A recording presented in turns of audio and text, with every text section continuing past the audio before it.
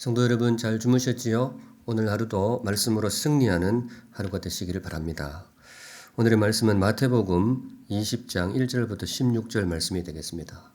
오늘 주시는 말씀의 제목은 먼저 된 자 나중되고 토요일 묵상한 제목과 동일한데요. 우리 주님 보시기에 이 말씀이 굉장히 중요한지 한 번 더 강조를 해 주십니다. 그런데 초점이 조금 다릅니다. 토요일은 초심에 관한 내용이었죠. 우리가 지켜야 할 초심이 무엇인지 초심의 내용을 일러주셨습니다.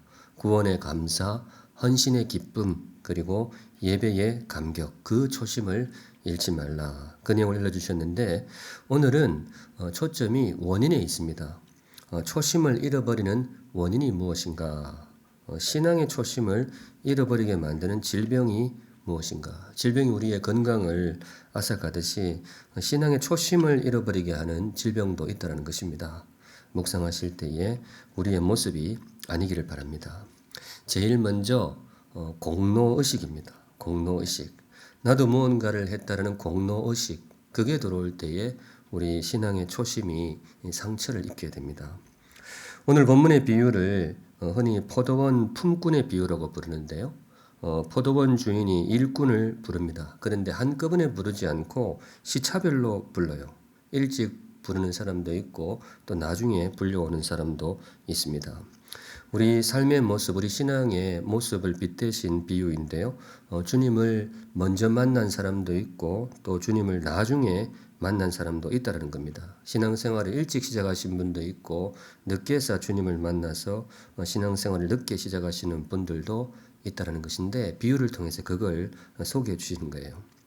그런데 이 중에 신앙이 누가 더 좋을까요? 주님과의 관계가 누가 더 건강할까요? 신앙이 오래되신 분 아니면 이제 갓 신앙을 가지신 분? 일반적으로 생각할 때에는 먼저 믿고 오래되신 분들이 신앙이 좋을 것 같잖아요. 주님과의 교제가 오래되었으니까. 그런데 현실이 그렇지 않을 때가 있다는 거예요. 우리 주님도 비유를 통해서 그 말씀 주시죠. 신앙의 뜨거움은 연수와는 상관이 없습니다. 비유 속에 주인을 향하여서 우리 주님을 향하여서 불평하고 원망하는 사람들이 나오는데 누구냐 하면 먼저 온 사람들입니다. 늦게 주님을 만난 사람이 아니고 일찍 나온 사람들, 일찍 주님을 만난 사람들이 신앙이 차갑게 되는 그런 경우가 있다. 주님이 비유를 통해서 경고해 주십니다. 그 이유가 뭐냐? 결국 공로의식 때문에 그렇습니다. 내가 이만큼 일했는데 하는 그 공로의식, 그 공로의식이 들어올 때에 주님과의 관계가 메마를 수가 있습니다. 사랑하는 샘물성도 여러분, 우리의 모습이 아니기를 바랍니다. 공로 자체는 굉장히 귀합니다. 공로라는 것이 결국 흘린 땀이고 거두어들인 신앙의 열매를 가리킵니다. 다 귀하잖아요. 땀도 귀하고 열매도 귀합니다. 일찍 주님을 만나가지고 많은 땀을 흘리고 많은 열매를 거두고 정말로 귀합니다. 그런데 우리의 삶이 참 묘해서 때로 그 귀한 열매가 신앙을 메마르게 할 수 있어요. 내가 흘린 그 귀한 땀들이 나의 신앙을 메마르게 할 수 있다는 것입니다. 열매가 변하여 공로의식이 될 때, 공로가 변하여 공로의식이 될 때. 그래서 조금 조심스럽지만은 이 말씀 드리고 싶습니다. 사랑하는 샘물 성도 여러분, 공로는 많지만 공로의식은 없는 성도들이 되시기를 우리 주님의 이름으로 축원드립니다. 열심히 섬기지만은 나는 아무것도 한 것이 없습니다. 이 고백이 저와 여러분의 입술에서 나올 수 있기를 바랍니다. 바로 그 순간 우리의 공로가 가장 아름답게 빛이 날 것입니다. 두 번째, 우리의 신앙을 병들게 하는 것이 또 무엇이 있을까? 두 번째는 비교의식입니다. 비교의식. 저 사람하고 나를 자꾸 비교하는 거예요. 바로 그 비교의식이 우리의 그 순수한 신앙의 초심을 잃게 만들 수가 있습니다. 오늘 본문의 12절에 보시면 먼저 온 일꾼들이 말하는 내용이 있습니다.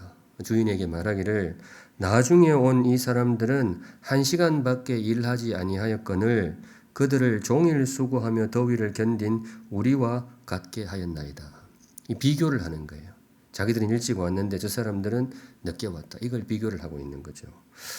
비교의식, 이게 참 무섭습니다. 귀한 신앙인들이 이 비교의식 앞에 많이 무너졌습니다.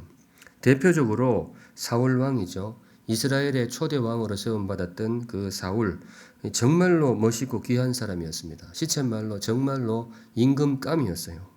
그런데 이 사람이 무너지게 되는데 바로 비교의식에 걸려서 넘어지게 됩니다. 전쟁을 마치고 돌아오는데 여인들이 노래를 하는 거예요. 사울이 죽인 자는 천천히요, 다윗은 만만이라.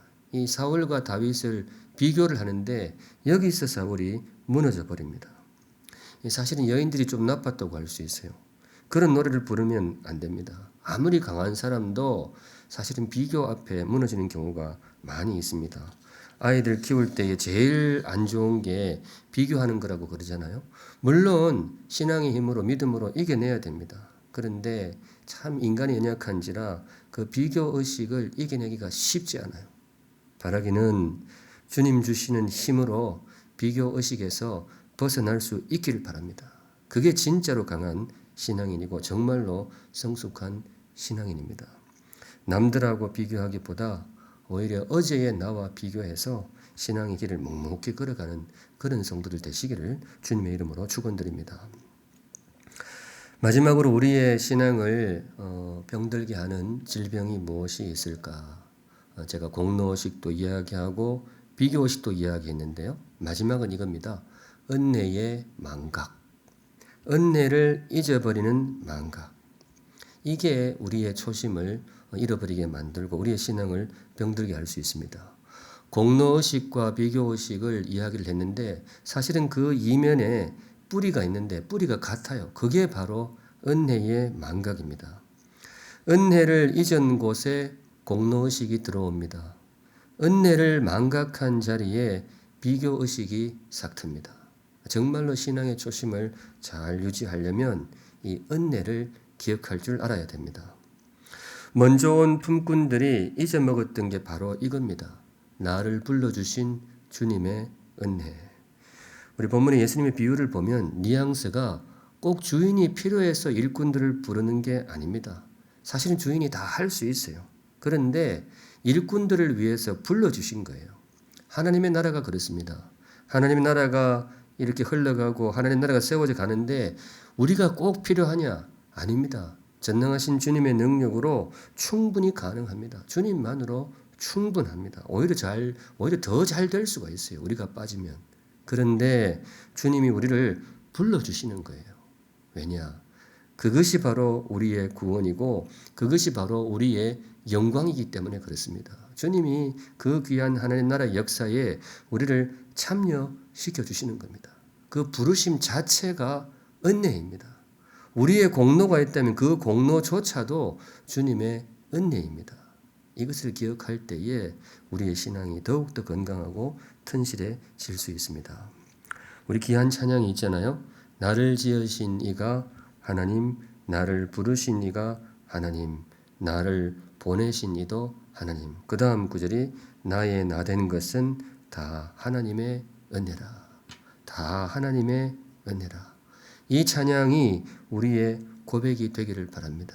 이 은혜에 대한 고백이 있을 때에 우리의 신앙이 공로의식도 이기고 이 은혜에 대한 고백이 있을 때에 우리의 신앙이 비교의식도 물리치고 주님 앞에 귀하고 순결한 신앙인으로 세워질 수 있을 것입니다. 오늘 하루도 주의 은혜를 기억하시고 주의 은혜로 살아가시는 복된 하루가 되시기를 주님의 이름으로 축원합니다. 우리 함께 기도하실 때요. 개인적인 기도 제목과 함께 주일날 제가 소개했던 공동 기도문으로 함께 기도하도록 하겠습니다. 제가 대표로 기도하겠습니다. 마음 모아서 함께 기도해 주시면 좋겠습니다. 주여 우리를 긍휼히 여겨 주소서. 온 나라 온 백성이 두려움과 근심에 쌓여 있습니다.